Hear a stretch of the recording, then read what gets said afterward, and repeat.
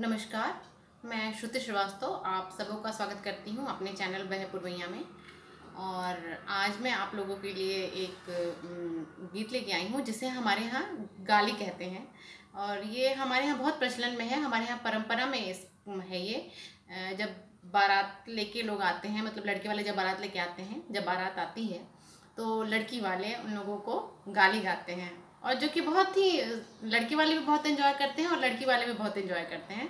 मतलब लोग इंतज़ार में होते हैं कि गाली गाया जाएगा और लोग बताते हैं कि बहुत अच्छा लगा। तो उसी संदर्भ में मैं आप लोगों को एक गीत सुनाती हूँ और आप लोगों ने सुना भी होगा, आप लोगों को ये पता भी होगा, पर फिर भी मैं ये गा रही हूँ क्योंकि ये मुझे बहुत पसंद है और मैं आप लोगों को सुनाना चाहती हूँ। तो शुरू करती हूँ। राम जी से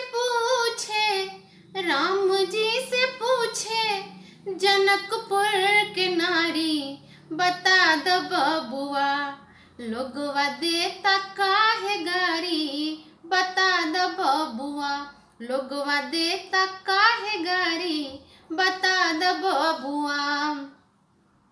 राम जी से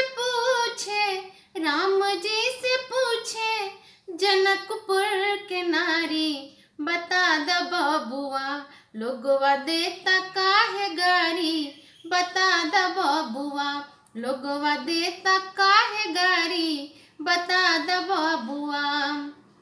तहरा से पूछीला ए धनुषधारी, तहरा से पूछीला ए धनुषधारी, एक भाई गोर काहे एक भाई कारी, बता द बबुआ लोगवा देता काहे गारी, बता द बबुआ लोगवा देता काहे गारी, बता द बबुआ। राम जी से पूछे जनकपुर के नारी, बता द बबुआ लोगवा देता काहे गारी, बता द बबुआ। ई बूढ़े बाबा के पकल पकल दाढ़ी, ई बूढ़े बाबा के पकल पकल दाढ़ी, देखन में पातर हा खाए भर थारी, बता द बबुआ लोगवा देता काहे गारी, बता द बबुआ लोगवा देता काहे गारी, बता द बबुआ। राम जी से पूछे